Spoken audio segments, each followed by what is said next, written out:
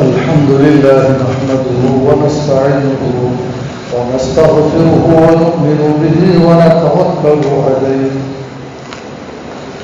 ونعوذ بالله من شرور أنفسنا ومن سيئات أعمالنا من يهد الله فلا مضل له ومن يضلله فلا هادي له ونشهد أن لا إله إلا الله وحده لا شريك له ونشهد أن سيدنا ونبينا ومولانا محمدا عبده ورسوله وصلى الله تعالى على خير خلقه محمد وعلى آله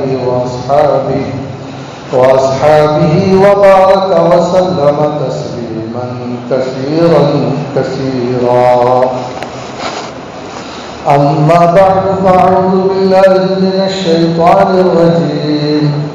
بسم الله الرحمن الرحيم يا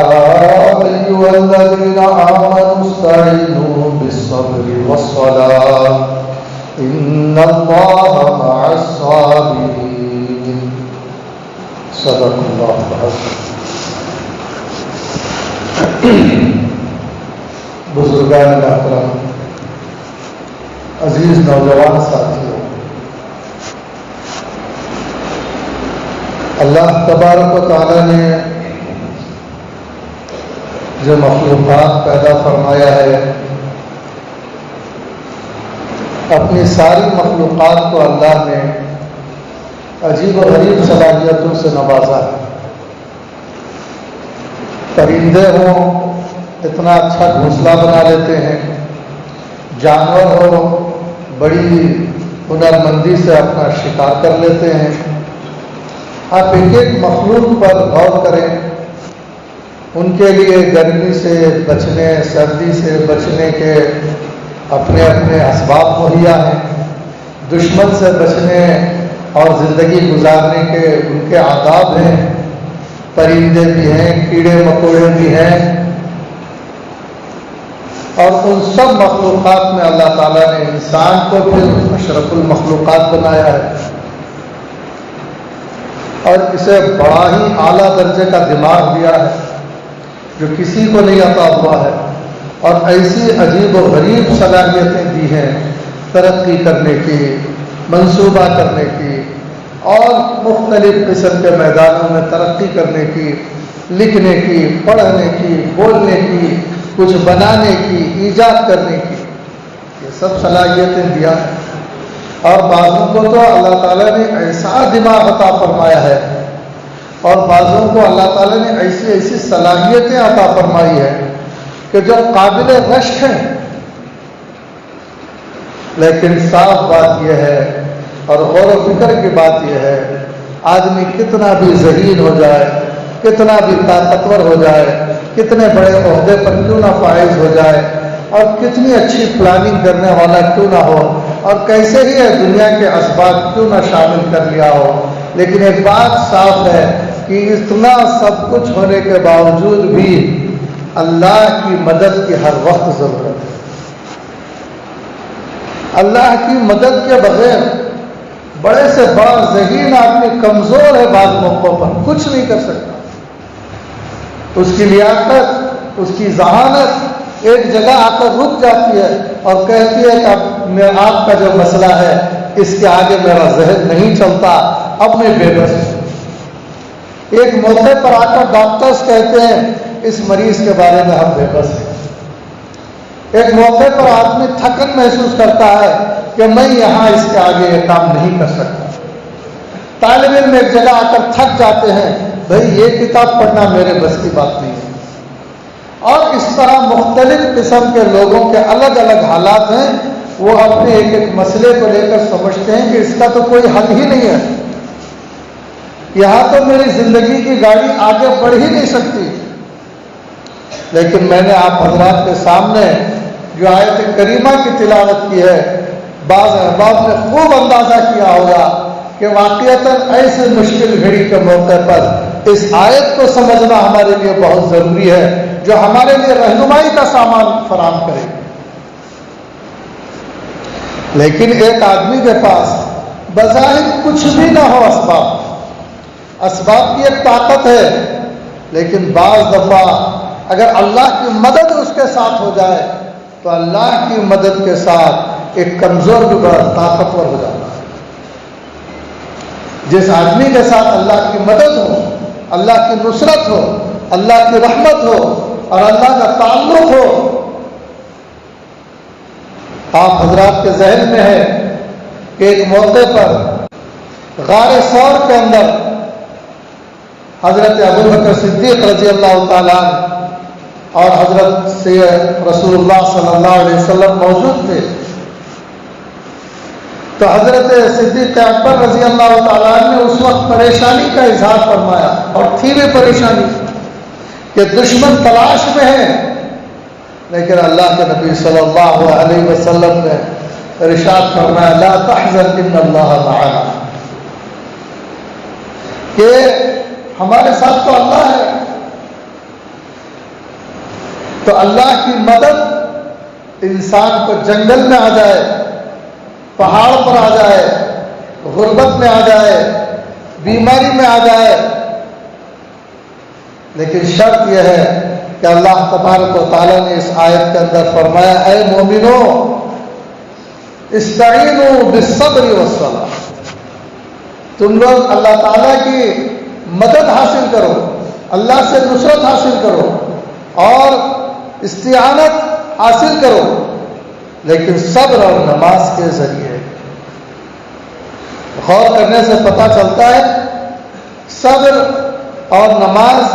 صرف اتنی سی بات نہیں ہے جتنا عام طور پر ہم سمجھتے ہیں، اس کا تھوڑا تفصیلی مفہوم ہے۔ اس مطلب میں ہم اگر اس کو جب ہم جانتے ہیں اور اس کے تقاضے کو پورا کرتے ہیں تو پھر ہم اپنی اللہ کی مددوں کو اپنی آنکھوں دیکھتے ہیں، اس کا مشاہدہ کرتے ہیں اور تجربے کار بنتے ہیں کہ ہاں ایسا ہے ایسا ہے۔ پھر آیتوں پر ہمارا یقین بڑھنے لگتا ہے، پھر آیتیں پڑھتے ہیں تو پتہ چلتا ہے ہاں اب ان آیتوں پر عمل کرنا ہے، ہاں اس حدیث پر عمل کرنا ہے، اس میں اتنے دن لگانا ہے۔ جیسے علم کے لیے وقت دینا پڑتا ہے،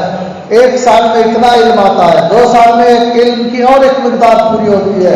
3 سال میں اور ایک بڑی مقدار پوری ہوتی ہے۔ اسی طرح بعض موقعوں پر عملی طور پر بھی آدمی وقت لگانا پڑتا ہے، محنت لگانا پڑتا ہے،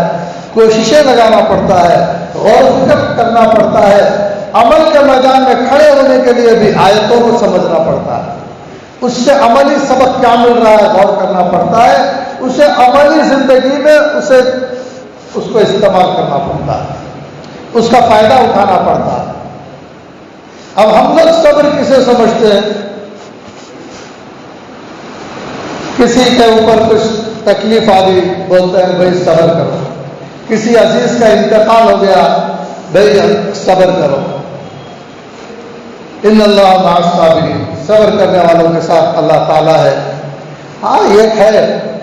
یہ تکلیف کے موقع پر صبر کرنا چاہیے، بیماری آ جائے صبر کرے، پریشانی آ جائے کوئی بات نہیں، جو ہے اس کا ہمت اور شکوہ نہ کرے۔ اللہ تعالیٰ نے صحت مندی کے کئی ایام دیے ہیں، کبھی 1 دن 2 دن، کبھی ہفتہ، کبھی 2 ہفتے، کبھی مہینہ، بیماری کے بھی آتے ہیں، اس میں جو ہے صبر کرنا چاہیے اور شکوہ نہیں کرنا چاہیے اور اس کے لیے تدبیر بھی کرنا چاہیے۔ کوئی بھی مصیبت آ جائے تو اس کا حل ہوتا ہے، بیماری آئے تو اس کا حل ہے، بعض مشکلات کا حل ماں باپ کے پاس ہے، بعض شاگردوں کی مشکلات کا حل اساتذہ کے پاس ہے، بعض روحانی مریضوں کے مشکلات کا حل مشائخ کے پاس ہے، بعض اولاد کی مشکلوں کا حل ان کے ماں باپ کے پاس ہے۔ تدبیر کرنا چاہیے، اپنے مشکل میں رائے مشورہ کرنا چاہیے، بڑوں سے مشورہ کرنا، ماں باپ سے بچوں کا کس جو ہے مشکل بات میں مشورہ لینا، رائے لینا، یہ بے صبری نہیں ہے، یہ کافی صبر کے خلاف نہیں ہے، یہ منع نہیں ہے، بلکہ ایسی تدبیریں کرنا چاہیے، تدبیر کر کے بھروسہ اللہ پر کرنا چاہیے۔ ان تدبیروں میں ایسا نہیں کہ توکل اللہ پر بھروسہ کرنا کا مطلب یہ نہیں کہ بیماری آئے تو علاج بھی نہ کرائے اور کمانے کے لیے ملازمت بھی نہ کرے اور تجارت بھی نہ کرے، علم حاصل کرنے کے لیے مدرسے میں داخلہ بھی نہ لے۔ اسباب کو اختیار کرنا چاہیے، لیکن اس سبب کے ذریعے دینے والا اللہ ہے۔ اس ملازمت کے ذریعے اللہ چاہے تو عطا ہوگا، نہیں تو ملازمت اختیار کرنے کے باوجود بھی نہیں ملے گا۔ دکان کے ذریعے اللہ دیں گے تو ملے گا، نہیں تو تجارت کے باوجود بھی مالی نفع نہیں ہوگا۔ اللہ چاہے گا تو مدرسے میں داخلہ لینے کے بعد بھی اگر اللہ چاہے گا تو علم آئے گا، نہیں تو محروم جانا پڑے گا۔ شیخ سے تعلق ہونے کے باوجود بھی اللہ سے نسبت قائم ہو تو ہوگی، نہیں تو یہاں سے بھی محروم لوٹنا پڑے گا۔ تدبیر کرے، جس چیز کی جو تدبیر کرنا ہے کھل کرے، تدبیر کے ساتھ ہی توکل ہوتا ہے۔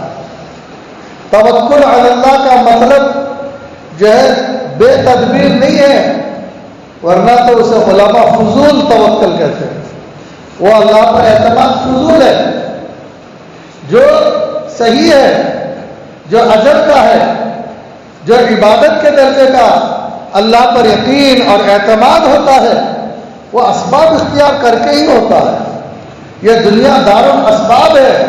علم کے اسباب یہاں مہیا ہیں، نیک بننے کے اسباب یہاں مہیا ہیں، مالدار بننے کے اسباب یہاں مہیا ہیں، بیمار ہو تو صحت مند بننے کے اسباب یہاں مہیا ہے۔ اسباب کو اختیار کرنا، نظر اللہ پر ہونا کہ ان اسباب میں تاثیر اللہ کی طرف سے پیدا ہو،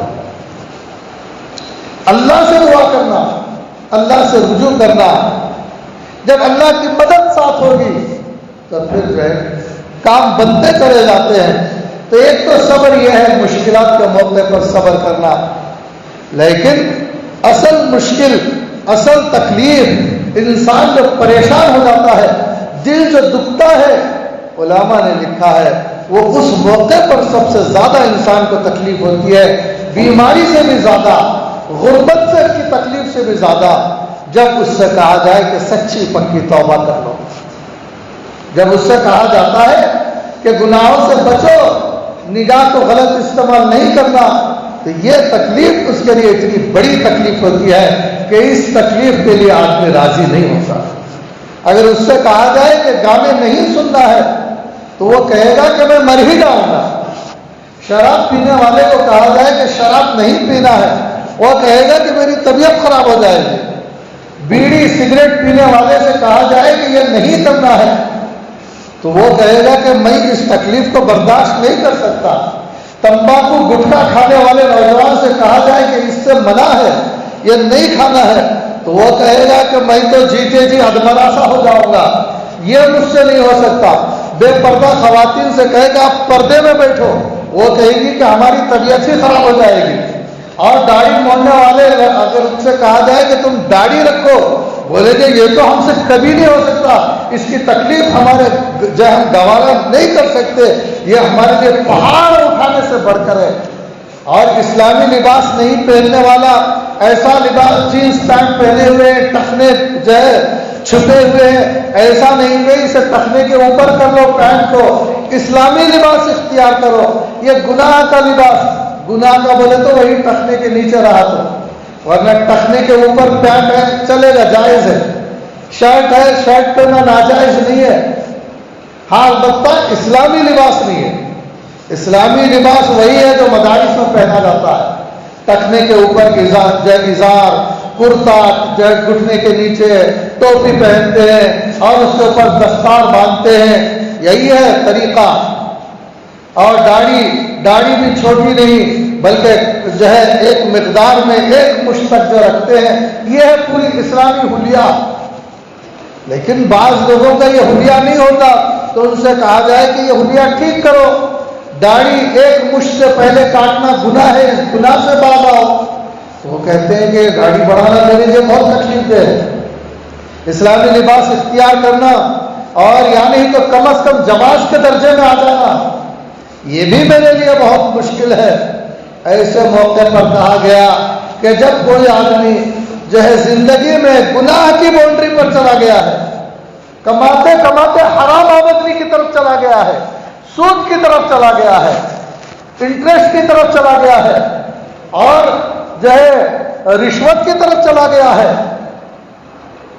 اور غلط قسم کی ناجائز تجارتوں کی طرف چلا گیا ہے۔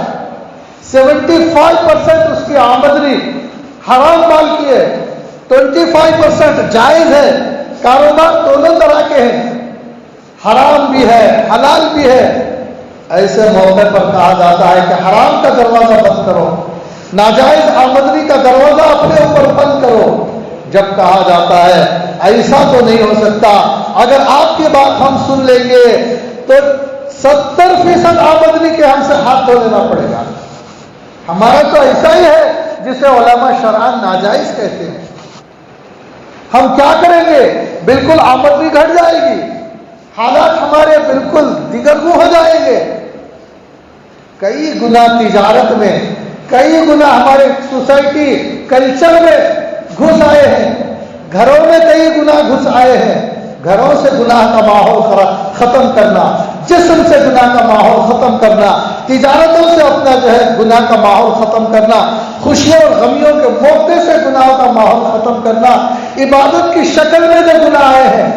مثلا گھروں میں رسومات، بدعات جسے لوگ سنت سمجھتے ہیں، ایسے کئی چیزیں ہیں بدعات جسے نیکی سمجھ کر کرتے ہیں، لیکن وہ بدعات کے کام ہیں، نیکی کی شکل میں بے دلیل کام ہے۔ کئی چیزوں کو ثواب سمجھ کر کرتے ہیں، شرکیہ کام ہے، وہ شرک کے کام بعض جو کیے جا رہے ہیں، شکل اس کی نیکی ہے۔ تحقیق کرنا چاہیے کہ واقعتاً یہ کیسا کام ہے۔ ایسے موقع پر بڑی تکلیف ہوتی ہے۔ ایک آدمی کئی سال سے کام کر رہا ہے، علماء اسے شرک کا کام کہتے ہیں، کئی سال سے ایک کام کہہ رہا ہے، اسے بدعت کہتے ہیں اور گناہ کا کام کہتے ہیں، فسق بتاتے ہیں، رشوت لینے والے کو یہ گناہ کہہ رہے ہیں، اور اسی طرح مردوں عورتوں میں جو گناہ کے کام ہیں اس سے کہتے ہیں بھائی سچی پکی توبہ کر لو، یہ گناہ جو ہے آخرت میں عذاب دینے والے ہوں گے، عذاب قبر میں مبتلا ہو جاؤ گے، یا قیامت میں رسوائی کا موقع آ جائے گا، یہ جو ہے مت کرو، اپنے اعمال نامے کو ٹھیک کر لو، اس سے توبہ کر لو، اپنی زندگی سے یہ چیزیں الگ کر لو، جو بھی حرام ہے ناجائز ہے، تجارت میں، معاشرت میں، معاملات میں، ہر جگہ میں اس کو ہٹا لو، توبہ کر لو، اللہ کو رو کر منا لو، ورنہ اگر تم توبہ کے بغیر چلے جاؤ گے تو عذاب قبر میں گرفتار ہو جاؤ گے، آخرت میں رسوائی اٹھانی پڑے گی، ہو سکتا ہے کہ جہنم کا فیصلہ ہو جائے۔ کہتے ہیں کہ یہ تو بہت تکلیف دہ میٹر آپ نے بیان کیا ہے، یہ تو بڑے تکلیف دہ موضوع ہے، اس لیے کہ آج شیطان کو ہر جگہ سے امید ہو رہی ہے، سب کے پاس دروازہ کھٹکھٹاتا ہے، ایک گناہ تھموا دیتا ہے۔ دینداروں کو بھی نہیں چھوڑتا، دنیا داروں کو بھی نہیں چھوڑتا۔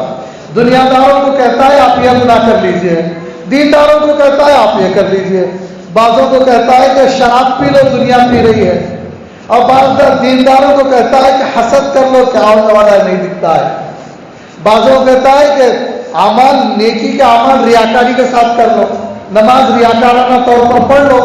دین کی جو ہے کہیں مالی امداد ریاکاری کے طور پر زکوٰۃ دے دو، مالداروں کو زکوٰۃ دینے کے لیے کہتا ہے ریاکاری کے ساتھ مال دو، عبادت گزاروں کو عبادت کے بارے میں کہتا ہے کہ ریاکاری کے ساتھ عبادت کرنا بھی کوئی مضر نہیں ہے، جبکہ ریاکاری کے ساتھ تلاوت کریں گے، لوگوں سے کچھ معاوضہ چاہنے کے لیے، لوگوں کے واہ واہ کے لیے کچھ نیکی کا کام کریں گے، اس نیکی کے عوض مجھے یہ کچھ دے دے گا، اللہ قیامت میں کہیں گے تم چند پیسوں کے لیے یہ کرتے تھے، وہ پیسے تو مل گئے، تم چند لفظوں کے لیے کرتے تھے کہ لوگ مجھے بڑا دیندار کہیں، بڑا سخی کہیں، وہ تو ہو گیا، اب یہاں کیا لینے آئے ہو؟ نہیں بھائی، دینا محض اللہ کے لیے، کوئی تعریف کرے تو یہ نہ کرے کوئی بات نہیں، مدرسے کو دے دیے، غریب کو دے دیے، بیوہ کو دے دیے، کسی کو پتہ نہ چلے، اللہ کے لیے دے رہا ہوں، اس کا آخرت میں نتیجہ سامنے آئے گا، اور یہ مشکل ہے اللہ کے لیے کسی کی مدد کرنا، وہ ہم کو پلٹ کر تعریف کرے یا نہ کرے، وہ ہماری قدر کرے یا نہ کرے، اللہ ہی کے لیے مال خرچ کرنا، اللہ ہی کے لیے سجدے کرنا، اللہ ہی کے لیے دین پڑھنا، اللہ ہی کے لیے اللہ اللہ کہنا۔ اگر نہیں تو پھر یہ بھی نیکی کی شکل کا گناہ ہوگا۔ بعض تو گناہ کی شکل کے ہیں، شراب پینا، حسد کرنا، اور اسی طرح چغلی کھانا، غیبت کرنا، بد نظری کرنا، میوزک سننا، یہ گناہ کی شکل کے گناہ ہے۔ لیکن ایک آدمی زکات دے رہا ہے، حج کر رہا ہے، ذکر کر رہا ہے، تلاوت کر رہا ہے، نماز پڑھ رہا ہے، دین کر رہا ہے، لیکن دکھاوے کے لیے کر رہا ہے، اللہ کی رضا کے لیے نہیں کر رہا، یہ نیکی کی شکل کا گناہ ہے، یہ بھی گناہ ہے۔ اس میں بھی قیامت کے دن یہ گناہ کی شکل میں سامنے آئیں گے۔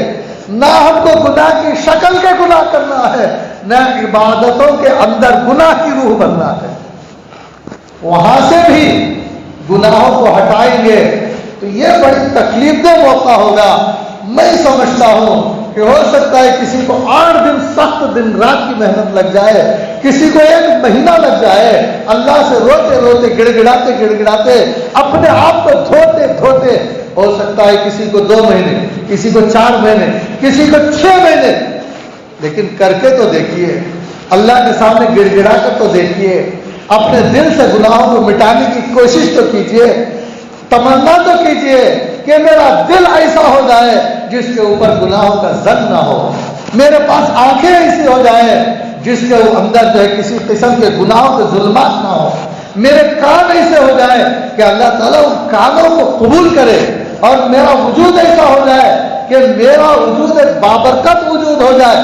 گناہوں کے ظلماتی اثر والا بے برکت وجود، کبھی تنہائی کے گناہ اس کے اندر، کبھی قلبی گناہ اس کے اندر، کبھی لوگوں سے چھپ کر کوئی گناہ اس کے اندر،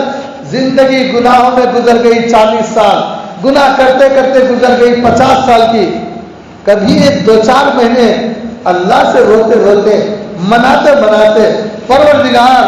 میں تیری عظمت بہت بلند ہے، تیرا حق یہ ہے، تجھے بھرپور حق ہے، میں تیری نعمتیں کھاتا ہوں، میں تیرا بندہ ہوں، میں تیرا غلام ہوں، تیرا پیتا ہوں، تیرا کھاتا ہوں، تیری دی ہوئی نیند کو استعمال کرتا ہوں، تیری دی ہوئی سانسیں استعمال کرتا ہوں، مجھے شیطان سے بہکنے کا کوئی حق نہیں، نفسانیت میں آنے کا مجھے کوئی حق نہیں، میں مغلوب جو نفس سے مغلوب ہو جاتا ہوں، یہ میرا جرم ہے، یہ میں شیطان سے جو بہک جاتا ہوں، کبھی دن میں، کبھی رات میں، کبھی تنہائی میں، کبھی لوگوں کے ساتھ، یہ میری خطا ہے، تجھے ناراض ہونے کا حق ہے، لیکن اے اللہ تیرے سامنے میں 2 آنسو بہاتا ہوں، اے اللہ تیرے سامنے میں ہاتھ پساتا ہوں، میں آج سے تجھے رجوع کرتا ہوں،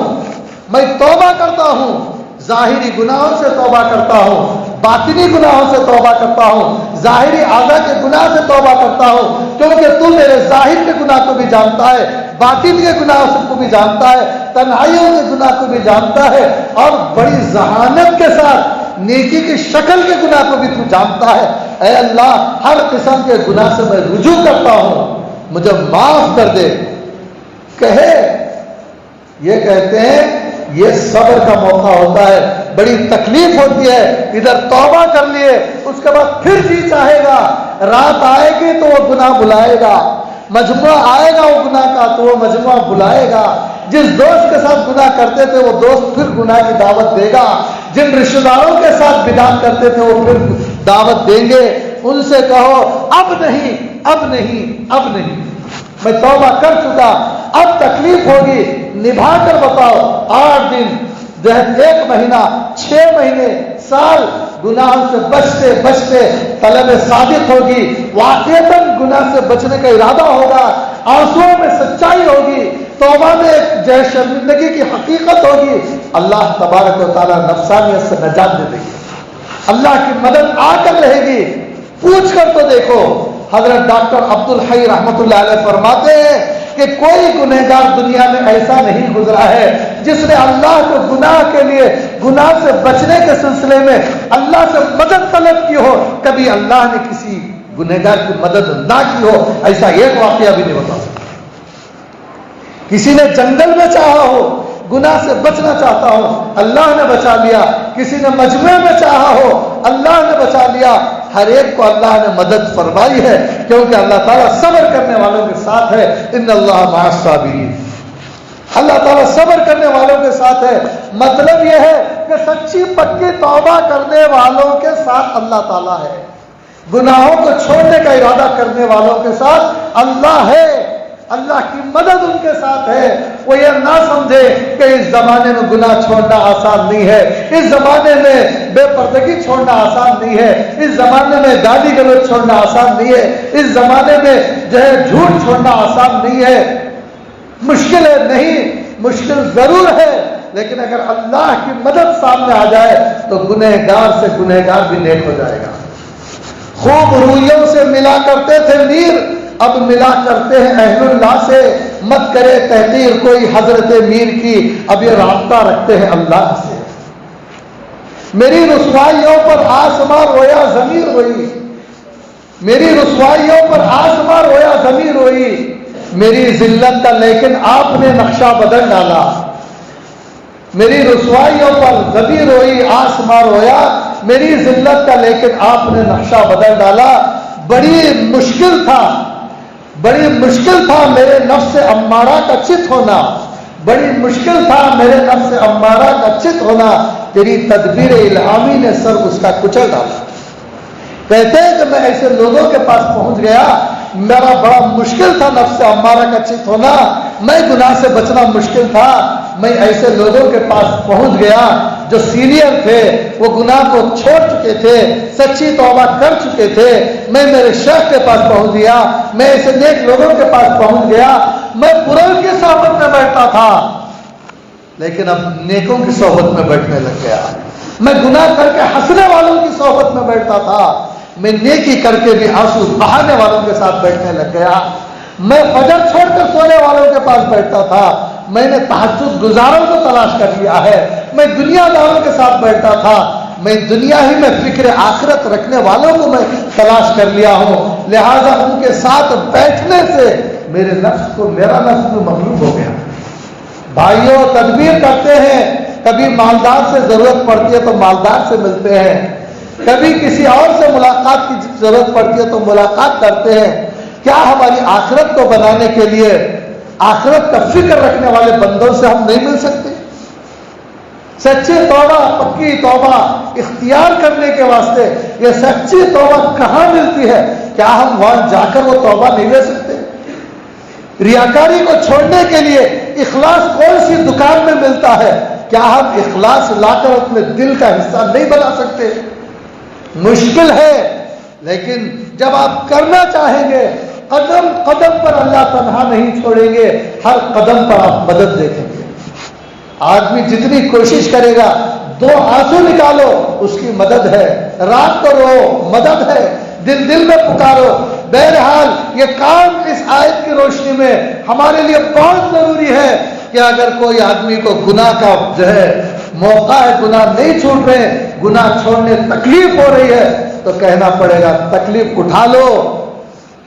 اللہ تمہارے ساتھ ہوگا۔ ان اللہ مع الصابرین، صبر کرو تکلیف پر، آرزوئے خون ہو یا حسرت پامال ہو، آرزوئے خون ہو یا حسرت پامال ہو، اب تو اس دل کو تیرے قابل بنانا ہے مجھے۔ یہ کہو کہ اس دل کو دل بنانا ہے۔ یہ دل بڑا قیمتی دل ہے، جو ایمان والوں کا جو دل ہوتا ہے بڑا روشن دل ہوتا ہے، بڑا قیمتی دل ہوتا ہے، بڑا سفید دل ہوتا ہے، بڑا مجلہ دل ہوتا ہے، کیونکہ پیغمبر صلی اللہ علیہ وسلم فرماتے ہیں جب کوئی آدمی گناہ کرتا ہے تو ایک سیاہ نقطہ اس کے دل پر لگ جاتا ہے، پھر دوسرا گناہ کرتا ہے تو دوسرا نقطہ لگ جاتا ہے، حتیٰ کہ پورا دل سیاہ ہو جاتا ہے۔ اگر توبہ کر لے تو وہ نقطہ مٹ جاتا ہے، بار بار توبہ کر لے تو وہ نقطہ مٹ جاتا ہے، گناہوں سے اس کے اوپر تاریکی چھا جاتی ہے۔ اگر شرک و کفر جیسے گناہ کرنے لگے، ویسے افعال کرے گا، بالکل اندھیرا ہی چھا جائے گا، لیکن عقیدے ٹھیک ہیں، لیکن بد نظری کرتا ہے، بد زبانی کرتا ہے، حسد یا ریاکاری کرتا ہے، لیکن اس قوت کا اثر، اس ایمانی قوت میں کمی آ جائے گی۔ کہتے ہیں کہ ایک شخص بظاہر بڑا دیندار معلوم ہوتا تھا، لیکن اس کا ایمان پر خاتمہ نہیں ہوا، یہ بہت عجیب و غریب واقعہ تھا کہ ایک آدمی بظاہر دیندار بھی نظر آ رہا ہے، تو تحقیق کرنے پر پتا چلا کہ چھپ کر گناہ کرتا تھا، چھپ کر گناہ نے اس کا بیڑا غرق کر دیا۔ تو کبھی کبھی گناہ اثر کرتے ہیں، جیسے لوہا بڑا مضبوط ہوتا ہے، پانی بظاہر کوئی قوت والا نہیں معلوم ہوتا، قطرے قطرے لوہے پر پڑتے ہیں تو لوہا ٹوٹتا نہیں ہے، لیکن 6 مہینے کے بعد قوت تو کم ہو جاتی ہے۔ ایک آدمی مومن بڑا قوی ہوتا ہے اللہ کی مددوں کے ساتھ، نصرتوں کے ساتھ، سجدوں کے ساتھ، تسبیح کے ساتھ، لیکن اگر وہ مومن گھرانے کا ہو کر کفر کرے تو کمزور ہو جاتا ہے روحانی اعتبار سے۔ کفر شرک تو نہیں کر رہا لیکن گناہ کر رہا ہے تو اللہ سے بہت اور نصرت ختم ہو جاتی ہے۔ لہذا ارے بھائی یہ جو ہے چند دن کے یہ ظاہری جسمانی بہیمی لذتوں کے خاطر ہم اللہ تعالیٰ کے تعلق کو چھوڑ رہے ہیں۔ اللہ تعالیٰ کا تعلق کتنی بڑی دولت ہے، اور اللہ کے تعلق کے بغیر ہم نہیں رہ سکتے۔ کوئی بچہ کو پوچھو تم ماں باپ کے بغیر رہ سکتے ہیں کیا، وہ کہے گا مٹھائی دیے تو بھی نہیں رہ سکتا، میں جو ہے کھلونے دیے تو بھی میرے ابا کے بغیر میں نہیں رہ سکتا۔ بزرگان دین کہتے ہیں اسی طرح جب کوئی آدمی جوان ہو جاتا ہے اسے ماں باپ کی تو ضرورت نہیں ہو سکتی، لیکن وہ اپنے ربا کے بغیر بھی نہیں جی سکتا۔ بچپن میں ابا چاہیے انگلی پکڑ کر چلنے کے لیے، جوانی میں ربا چاہیے، رب العالمین چاہیے۔ جوان آدمی اللہ کی نصرتوں کے ساتھ چلتا ہے، جوان اللہ کی مدد کے بغیر گناہوں کے ساتھ جوانی کوئی جوانی نہیں، بلکہ ہمارے حضرت تو فرماتے ہیں، حضرت مفتی شعیب اللہ خان صاحب دامت برکاتہ، یہ نوجوان جو گناہ کر رہے ہیں یہ اپنی جوانی کی نعمت کی بدترین ناقدری اور ناشکری کر رہے ہیں۔ یہ جو جوانی ایک بڑی نعمت اللہ نے دی ہے، شکر گزاری کرنی چاہیے تھی، بدترین ناشکری میں مبتلا ہو چکے ہیں۔ جب وہ بدترین قسم کے ناشکرے ہو چکے ہیں تو اللہ کی مدد ان کے ساتھ کیا آئے گی؟ بہرحال ہم کتنے بھی ہمارے پاس پیسے ہو جائیں، ڈگریاں ہو جائیں، اس بات کو سمجھنے کی کوشش کریں کہ ہم ان اللہ کی مدد کے بغیر گناہوں کے ساتھ صرف ڈگری یافتہ ہے۔ ڈگری کتنا کام دینا اتنا کام دیتی، اس کے بعد کچھ نہیں۔ مال کی جہاں تک طاقت ہے مال کہے گا یہاں تک میری کنڈیشن تھی، اس کے آگے میری طاقت بھی ختم۔ اور تعلقات ہوتے ہیں، یہ ایک دوسرے سے ریکمینڈ لگاتا ہے آدمی، ان کا بھی ایک حد ہوتی ہے، اس کے آگے ہم تمہارے کام نہیں آ سکتے۔ لیکن ہر قدم پر، گھر میں، سفر میں، حضر میں، بیماری میں، صحت میں، قبر میں، قیامت میں جو کام آنے والی چیز ہے، جیتے ہوئے مرتے ہوئے، وہ ہے اللہ کا تعلق، اللہ کی نسبت، اللہ سے لگاؤ، اللہ کی طرف رجحان، اللہ کا دھیان دل میں، اللہ کی عبادت، اللہ کا تعلق آنکھوں میں، اللہ تعالیٰ کی بندگی، کانوں میں اللہ کی عبدیت کے آثار، ہاتھ پاؤں میں، اشارے کنائے میں اشارہ بھی کرے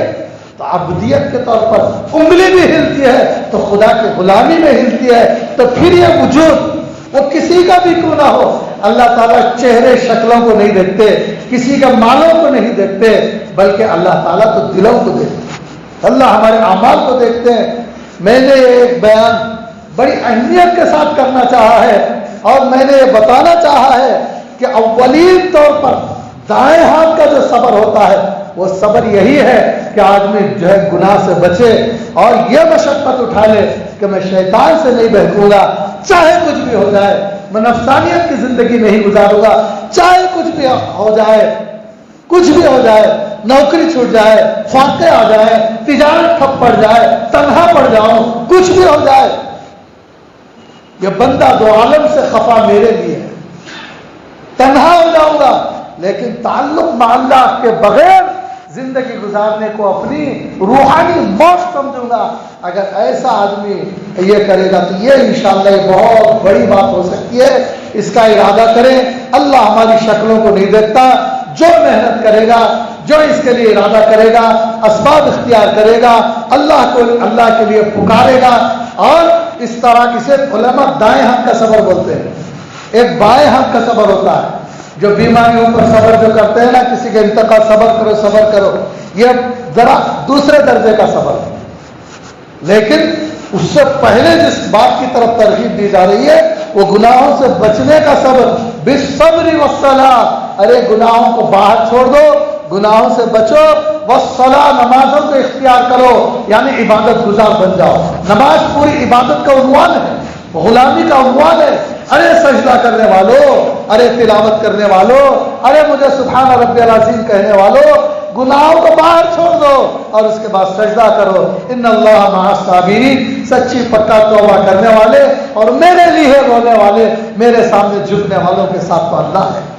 یعنی وہ آئیں گے، خالی ہاتھ آئیں گے، اللہ کی رحمت لے کر جائیں گے، جس کو ہم پوچھ کر داخل ہوئے تھے، اللہم افتح لی ابواب رحمتک، ہم پوچھ کر آئے تھے اور سوال کرتے ہوئے داخل ہوئے تھے، وہ رحمتیں ہمارے ساتھ ہوں گی، اس کے بعد ہم چلے جائیں گے۔ اللہ تعالیٰ سے دعا کرتا ہوں کہ اللہ جل جلالہ وعما لہ صبر کی جتنی قسمیں ہیں اللہ تعالیٰ ہمیں عطا فرمائے، اور عبادت کی جتنی قسمیں ہیں، قلبی عبادتیں، ذہنی عبادتیں، اور جو ہے جسمانی عبادتیں، مالی عبادتیں، جتنی بھی اللہ تعالیٰ کو جو ہے ادائیں دکھانے کی ہے، اللہ تبارک و تعالیٰ یہ ساری ادائیں اختیار کرنے کی ہمیں لمحہ لمحہ توفیق عطا فرمائے۔ اس کے ہم مستحق تو نہیں رہے لیکن محتاج اب بھی ہیں۔ جیسے طالب علم کتاب کھولتا ہے، اللہ سے کہتا ہے تیرا علم حاصل کرنے کے لیے جو شرطیں پائی جانی چاہیے وہ شرائط میرے پاس نہیں ہے، لیکن تیرے علم کا محتاج ہوں، مجھے علم عطا فرما۔ اسی طرح مسجد کو آنے والے بندے بھی کہتے ہیں تیری مسجد میں قدم رکھنے کے میں لائق تو نہیں ہوں لیکن تیرے در پر آنے کا مستحق ہوں۔ تیرے در پر آ کر جو لوگ جو چیزیں لے کر جاتے ہیں، روحانی نعمتیں، اے اللہ اپنے فضل سے وہ چیزیں میرے ساتھ کر دے۔ ہم مستحق تو نہیں ہے لیکن محتاج ہیں، اللہ کے سامنے اپنی محتاجی رکھیں اور اچھی طرح توبہ کرنے کی کوشش کریں اور اچھی طرح اخلاص کے ساتھ عبادتیں انجام دینے کی کوشش کریں۔ اسی طرح دنیاوی مشقتیں بھی اگر آئیں تو ان پر بھی صبر کرنے کی کوشش کریں اور ان کے دور کرنے کی تدبیریں بھی کریں۔ اللہ تبارک و تعالیٰ سے دعا کرتا ہوں کہ اللہ جل جلالہ وعما والہ نفس کی نفسانیت سے، شیطان کی شیطانیت سے بچائے، اپنا صحیح تعلق عطا فرمائے۔ وآخر دعوانا الحمد للہ رب العالمین۔